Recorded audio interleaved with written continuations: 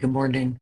Dr. Julie Helmrich, with psychologist here in Milwaukee, Wisconsin. You probably know that. That's for people who might be getting this forwarded to them, which I hope you do, especially this one, because this one is about children. All right, so, and I have my notes in front of me. I realized a little insight. If I'm talking for 90 minutes to students, I don't need notes, but I'm trying to do a super short thing to you. I need notes. Make sure I don't go off on a tangent. So, we got reduced, video one, right? We got reduced from citizens to consumers slowly, intentionally, and very profitably. And that's been going on for 70 years. It wasn't always like this. And the psychological cost is that when consumer becomes your identity, your inner world becomes a marketplace of insecurity. But that's intentional on their part because it's easier to sell to you when you feel like that.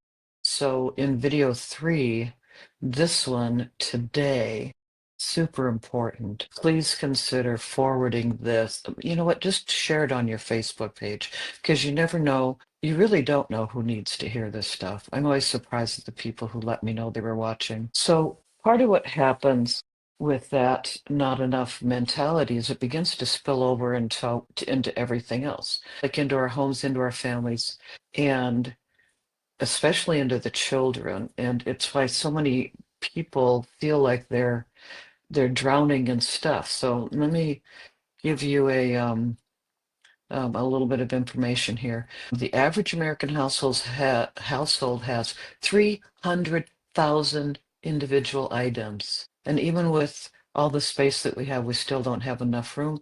There's 50,000 storage units, self-storage units in the United States. And that's just to give you a sense of that. That's more than all of the McDonald's and Starbucks that you see combined.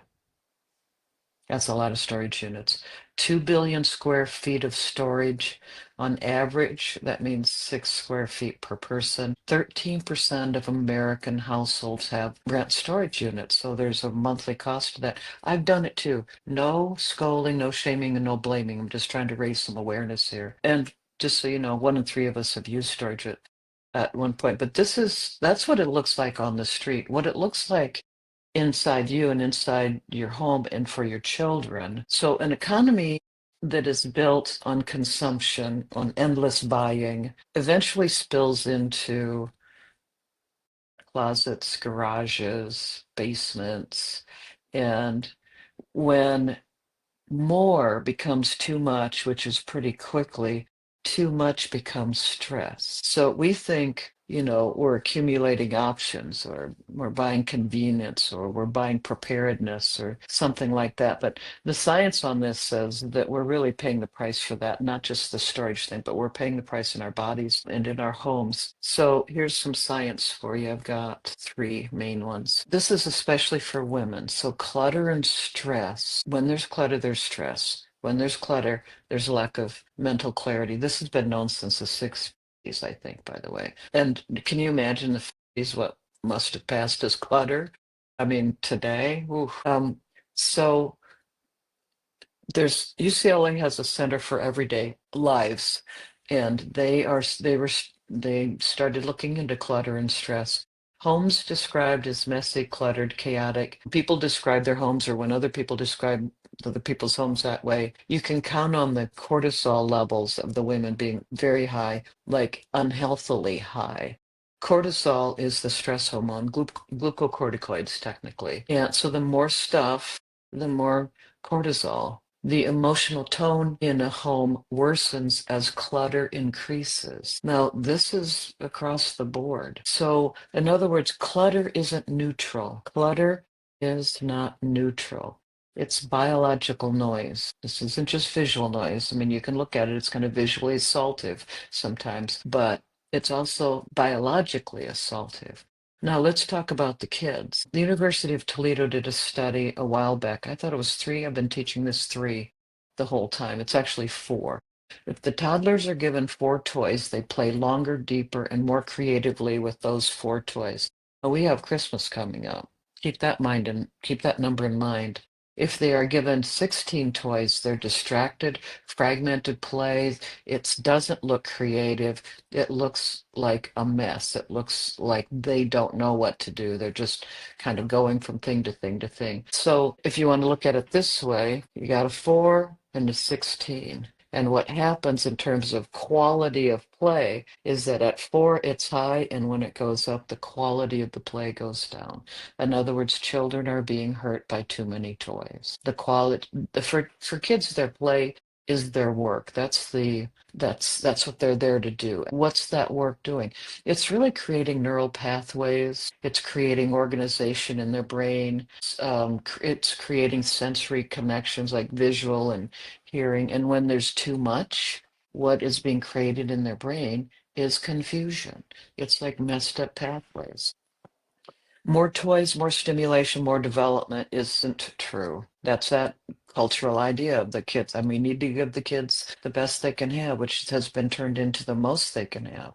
So too much stuff, the the researchers say splinters attention and reduces creativity. So there you go. Start taking the toys back. Get some cash back, put it in savings. The emotional cost for families, and this is like I'm gonna speak directly to you, really loving, well-meaning, beautiful grandparents out there who want your amazing, beautiful grandchildren to have everything.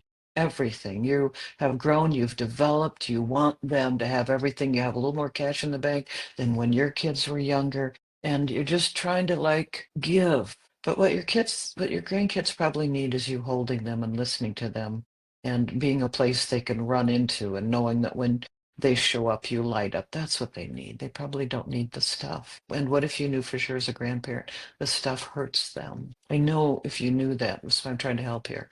So there's constant overwhelm. This is what families report when there's clutter and there's stuff. We can't keep up with all this stuff. I mean, they can't keep up with the toys. They can't keep up with it. There's guilt. We should be using this more. We bought it or it was given. It was an expensive gift. So they feel guilty about like it's here, it's good, it works. We don't use it. I feel guilty. What is wrong with us? There's something wrong with me. These are the moms usually. There's something wrong with me. If I were a good person, a smart person, a decent person, I'd have an organized house. So there's shame in the picture. What is wrong with me? This has been manufactured for everybody. They have decision fatigue. Have you ever looked at a parent in a cluttered house with stuff? Maybe they have not purchased for themselves. Maybe it's been gifts, really well-intentioned gifts. So I know you love, and I know the gifts are about love. But it's this idea that love is about the thing that's been given.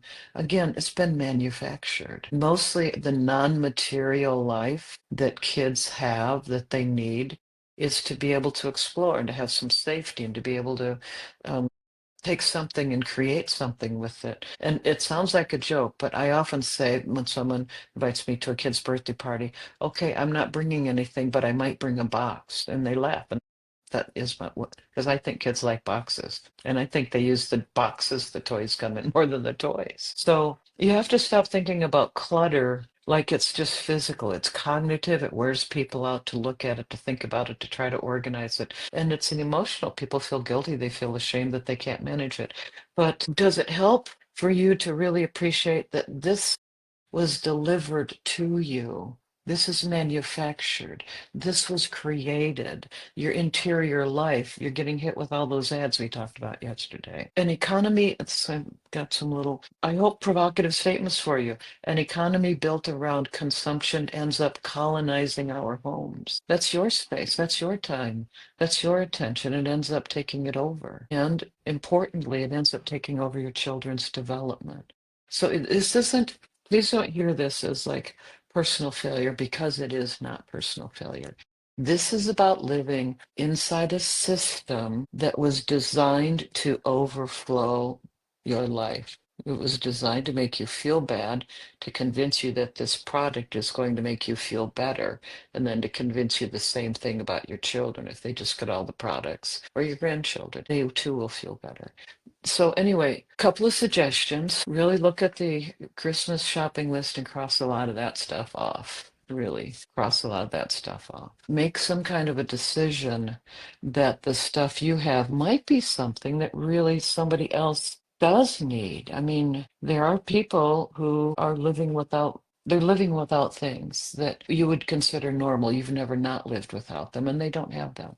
So, think about where the thing that you have, where it could live next, who it could serve next. Just think about that. What you're going for here is to really get we teach this, how to do this in our getting your money life in order course. But a lot of what we teach there gets back to pay attention to enough, pay attention to the feeling of enough inside you. Mindfulness. And here's a little challenge for you over the Christmas holiday when the kids are going to have a lot of free time and they're going to play. Watch how much, if they are allowed to, how much they gravitate to just a few things. Count the number of toys they actually play with. And then the rest of them, I mean, they play with them for a second and then they kick them out of the way. Maybe that toy would be the favorite toy of another little child somewhere. Okay, that's 3 of 5. We have a couple more, 4 and 5 tomorrow. I hope this series is helpful. I'm really going to ask you to post this on your Facebook page because I think many people who are deeply loving, very well intentioned, and if you look at that first video, I mean, maybe they are overspending for their own budget to make sure that your kids, recognize them as a good grandparent. When, what makes them a good grandparent? They're already a good grandparent. They love your kids. That's what makes them a good grandparent. It's beautiful that kids have more than just two parents who love them. All right. Good questions, comments. Happy to hear from you.